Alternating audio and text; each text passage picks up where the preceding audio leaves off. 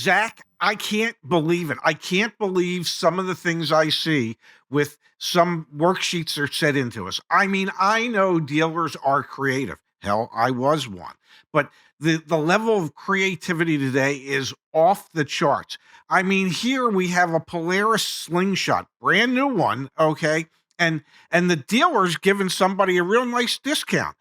Except, well, on top of the discount, they're adding $2,097 for freight, which, by the way, should be built right into the MSRP, just like on a car, charging an additional $1,688 for dealer prep. Really? Dealer prep for a brand new vehicle? $1,700? And apparently they like the Royals out of England, so they invited Pippa Middleton in, and there's a charge for Pippa for $340. What is this nonsense? All right, this was sent into us just the other day. Fees you should pay, fees you shouldn't pay. We're going to break them down. Let's start on this worksheet. Like you said, Dad, freight or a destination fee or manufacturer destination charge or whatever the heck they want to call it, that is built in to the manufacturer's suggested retail price. When you get what's called an out-the-door worksheet, go watch our videos on negotiating the out-the-door price. You should not see a separate line item for destination, handling, processing. Well, processing might fall into our dock fee category, so leave that aside for a moment. Freight, anything like that, that is a BS fee. That is just added on crap. And in this case, it's just a weird kind of, I don't know, it doesn't even freaking make sense because they gave the discount of pretty much the same amount. This is just some gamesmanship right here from the dealership, but that is the number one BS fee on this worksheet, correct? Oh, absolutely. And then to see dealer prep.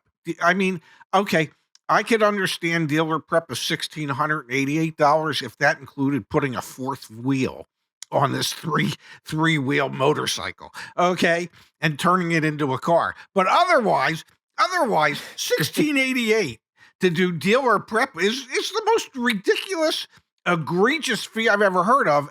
And just between us, folks, dealer prep fees paid for by the manufacturer. Every new vehicle, whether it be a power sport vehicle like this or new cars and trucks, the manufacturer pays the dealer to do a pre-delivery inspection, PDI.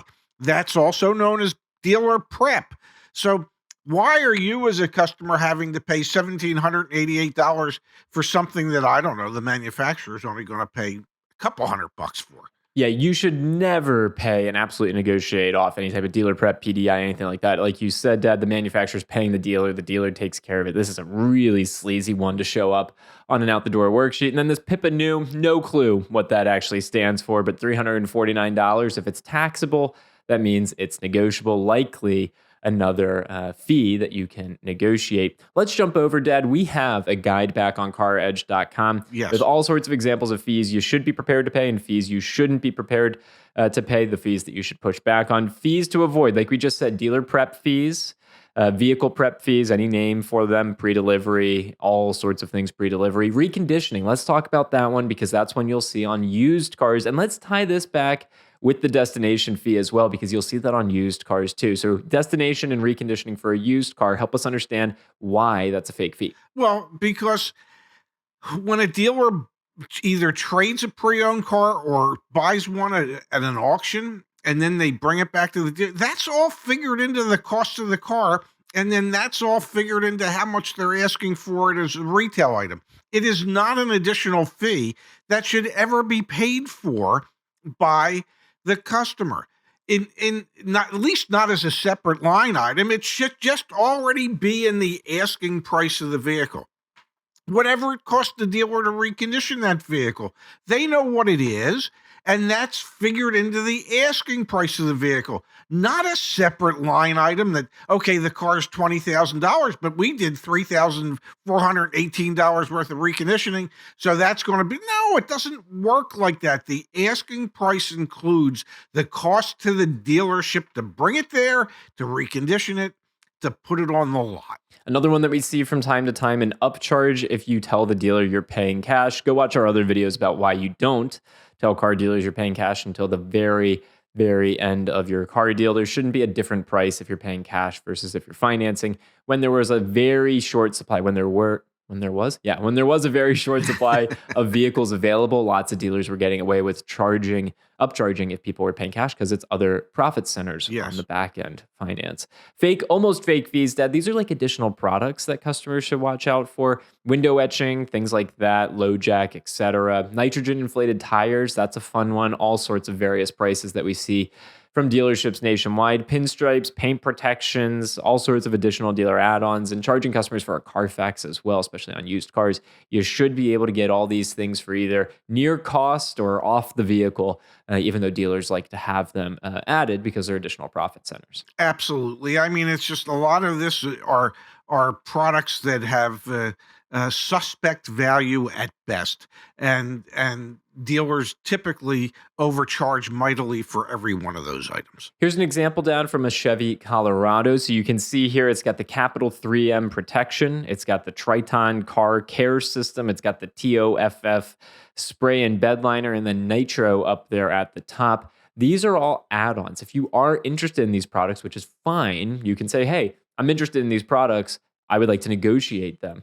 You do not pay list price on these things. There's always profit built into them, and most likely a dealer will negotiate with you on them. And they are additional. They do not belong on the first pass when you're getting pricing from a dealership. Not nearly as egregious as like the freight charge that we were looking at originally or the dealer prep, but these are things that when you look at a worksheet like this, don't be surprised if you see them and know that you're allowed to talk about them. You're allowed to negotiate on them. List price is one of the most overinflated prices that the dealership ever comes up with for these dealer installed accessories. And then the packages get all sorts of cute names and things like that. So, for example, here we've gotten a 2019 Toyota 4Runner, and it has the price, safety, and security package.